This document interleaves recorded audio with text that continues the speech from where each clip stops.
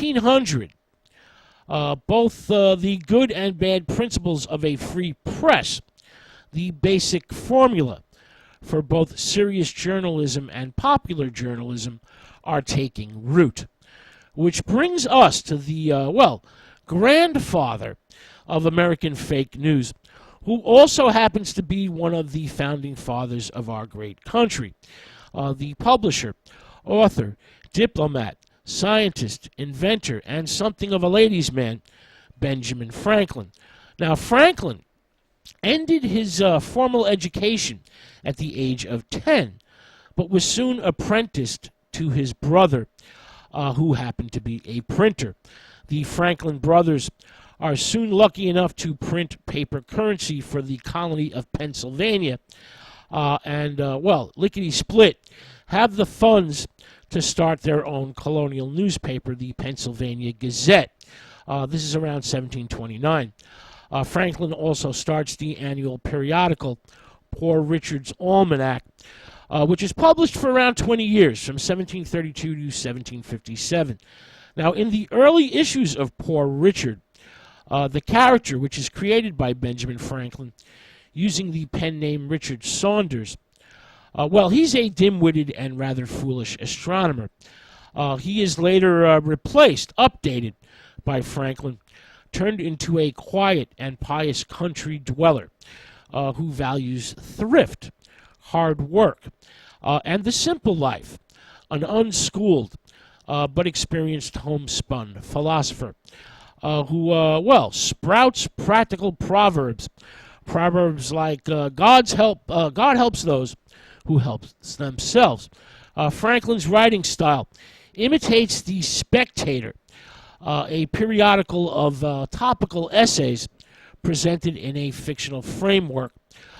This was published by Joseph Addison and Richard Steele. Now, in these essays, the socially minded author's tone could at once be grave, good-natured, or flexible, and sometimes all three at once.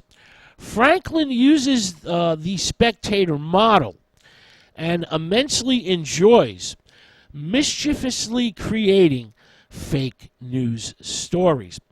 For example, in his Poor Richard's Almanac for 1736, Franklin prophesizes that many of America's cities would soon be underwater. He also states that a power with which the country is not even at war will carry off great numbers of vessels that are fully laden, carry them out of seaports, and that an army of musketeers will land in this country to harass its inhabitants. Well, Franklin's devoted readers found out just how right he was in the 1737 edition. As the scientist, philosopher, ladies' man, and future political leader puts his own unique swirling spin on the subject of prophecy. Did not heavy rains put cities underwater, writes Franklin? And the power that we are not at war with, explains Ben, was the wind, which drove many ships out to sea. He also states that his musketeers were in fact mosquitoes who constantly harass people with their sharp bite. Franklin gives himself a 100% score for his accurate predictions, and the reading public, they love gobbling up Franklin's true lies. Ben was not above using the power of fake news to harass his publishing rivals or competitors, something he often relished doing. One of his rivals, Titan Leeds, the publisher of Leeds' Almanac, was a firm believer in astrology, the zodiac, and the occult. So Franklin prophesied the exact day and hour of Titan Leeds' death, which, according to Ben, was to happen that very same year. When the prophesied time of Leeds' death came and went, Leeds ran out of his house and danced an Irish jig. Through the streets of Philadelphia, loudly screaming, "I'm not dead yet, Ben, I'm not dead yet." Franklin, however, was not exactly perturbed when his prediction of Leeds' death did not come true, and he placed Titan Leeds' name at the top of the list for notable deaths of the year past. Franklin puts it in both Poor Richard's Almanac and the Pennsylvania Gazette.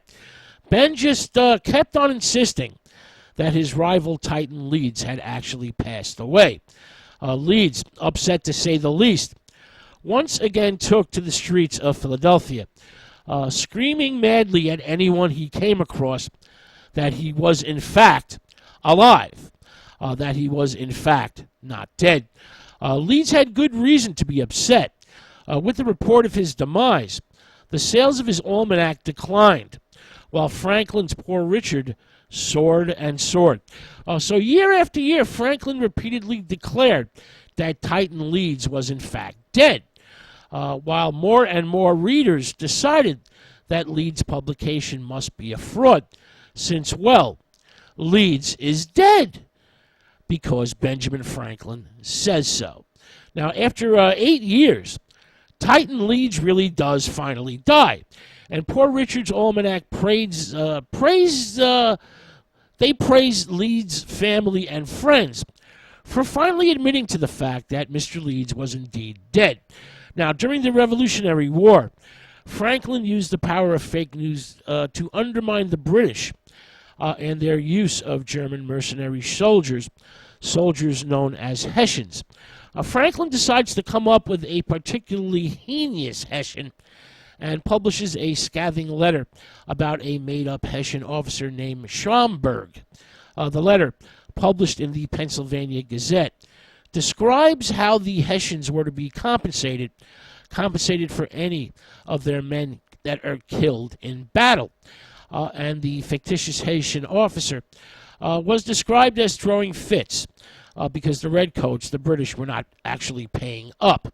The letter also stated that Schomburg was encouraging the British battlefield doctors to let the wounded Hessians die, since keeping them alive robbed the officer of his gold. The letter, bullshit or not, was carried by other colonial newspapers and finally reaches the shores of England. The Hessian officers were then endlessly harassed by the British soldiers, who were enraged by the fictional Schomburg's money-grubbing ways. Things got so bad that Hessian officers deserted in droves, a result that far exceeded Franklin's fondest hopes and dreams. Now, one of Franklin's most influential fake news stories was the case of Polly Baker, who was reportedly arrested 5 times for mothering 5 bastard children, having 5 children from 5 different fathers. Ben publishes an account of Polly's 5th trial, including her impassioned speech in her own defense, a speech in which the beleaguered mother of 5 tells the judge that she could do a better job supporting her children if only the court would stop fining her every time she had one, and that the men involved had never been prosecuted, even though they were responsible and had made her false promises. In reality, there was no Polly Baker. Franklin had simply made her up in order to protest the treatment of women by the legal system. Polly's speech was reprinted all over the world, and still often is, and is heralded by many as the first American attempt to advocate for women's rights. Ben Franklin definitely knew how people would act and react, and he knew how to use the power of fake news to get his own way. All right.